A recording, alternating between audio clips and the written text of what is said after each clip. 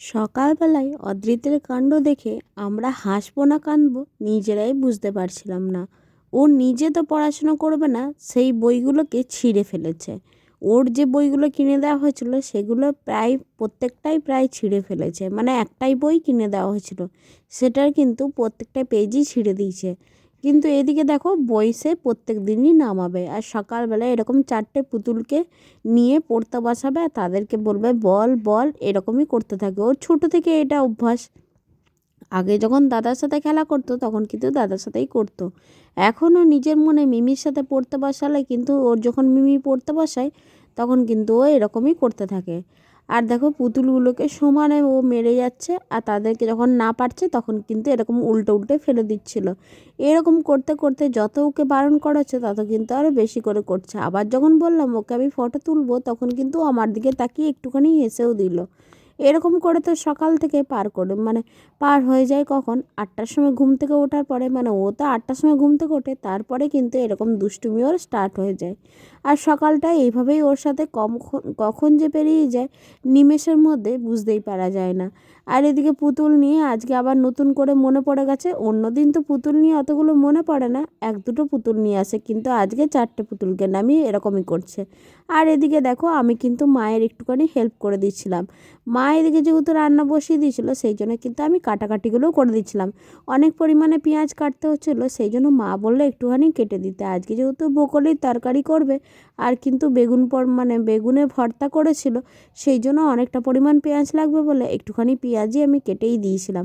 আর যেহেতু পেঁয়াজই বানাবে সেই জন্যই কিন্তু কেটেছিলাম। আর এখানে দেখো, আমি কিন্তু মিক্সার গ্রাইন্ডারে যে বাটিটা আছে না, ওই বাটিটাই আমরা এখন কমই বাটি। এখানে না একটা বাটি নতুন কিনেছি, মানে যেটাতে পেস্ট করা যায় সেরকম টাইপের বাটি মেলা থেকে কিনে এনেছিলাম। সেটা দিয়েই কিন্তু আমি পেস্টটা করে নিচ্ছিলাম।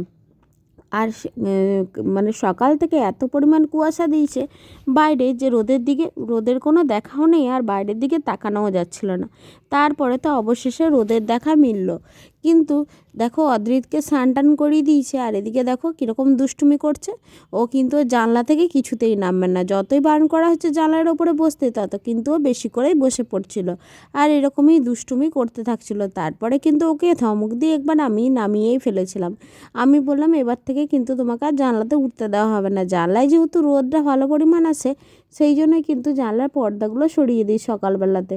আর যেহেতু সারাদিন কুয়াশা ছিল সেই জন্যই কিন্তু জানলার পর্দাটা যখন রোদ এলো তখন কিন্তু সরিয়ে দিয়েছিলাম। আর কি করে জানবো যে ও এরকম দুষ্টুমি করতে থাকবে? ওর এই দুষ্টুমিটা প্রত্যেক দিনইও করতেই থাকে এরকমভাবে।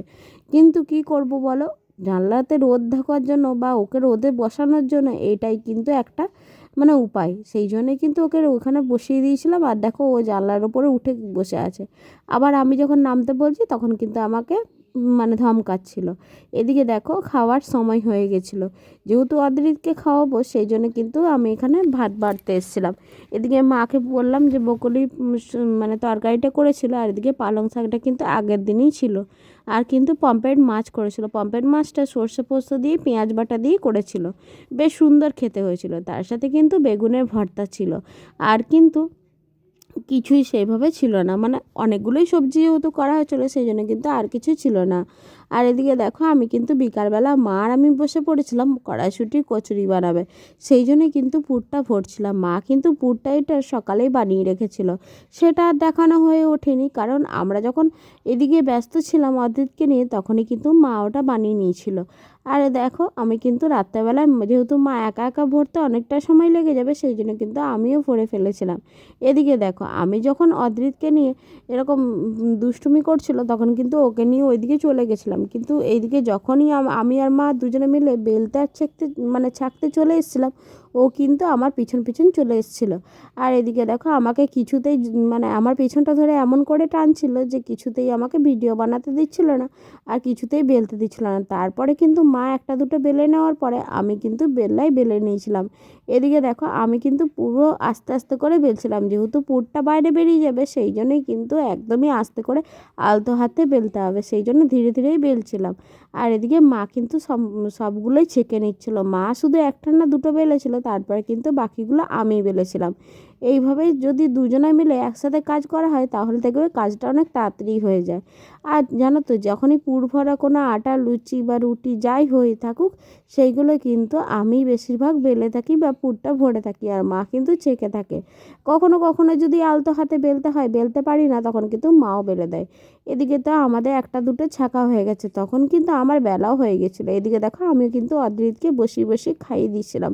ও যেহেতু একটা লুচি খাবে সেই জন্য কিন্তু ওটা একদমই কম পরিমাণ পুর দিয়ে ভরা ছিল, আর একদমই ছোট সাইজের লুচিটা করা হয়েছিল, সেটাই কিন্তু ওকে দিয়ে দিলাম। তারপরে রাত্রেবেলাতে ওকে ঘুমটুম পাড়িয়ে দিয়েছিলাম, তারপরে কিন্তু আমরা খেতে বসে পড়েছিলাম। এদিকে দেখো কড়াইশুঁটির কচুরি, তার সাথে কিন্তু আলুর দম ছিল, আর কিন্তু ছিল বোঁদে আর বেগুনের ভর্তাটা যেহেতু অল্পখানি রয়ে গেছে সেই জন্য ওটাও কিন্তু নিয়ে নিয়েছিলাম। তাহলে আজকের ভিডিওটা আমার এখানে রইলো। আমার ভিডিও তোমাদের কেমন লাগলো তোমরা সবাই কিন্তু জানিও, আর যদি ভিডিওটা ভালো লেগে থাকে তাহলে লাইক কমেন্ট অ্যান্ড শেয়ার করতে ভুলো না। টাটা সবাইকে, সবাই ভালো থেকো, সুস্থ থেকো। আবার নতুন আরেকটি ভিডিও নিয়ে আসবো, ততক্ষণের জন্য তোমরা সবাই ভালো থেকো, টাটা।